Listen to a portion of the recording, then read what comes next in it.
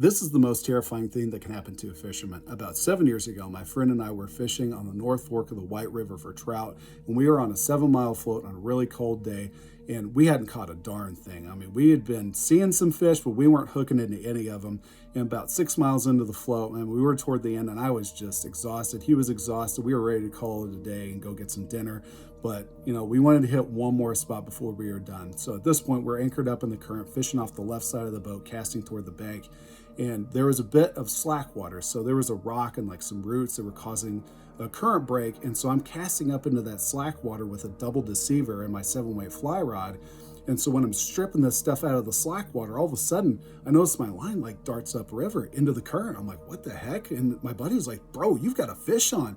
So I'm starting to fight this fish, and I realize this thing is freaking huge. This is an absolute beast of a fish. And my buddy, he's down in the bottom of the boat trying to get his net. We're gonna net this thing. There is no way I can pull this fish out of the water without it. So at one point, I've got this fish up pretty close to the boat where my buddy can net it. He's leaning over the left side of the boat trying to net this fish. I'm leaning over the left side of the boat trying to get a look at what's going on.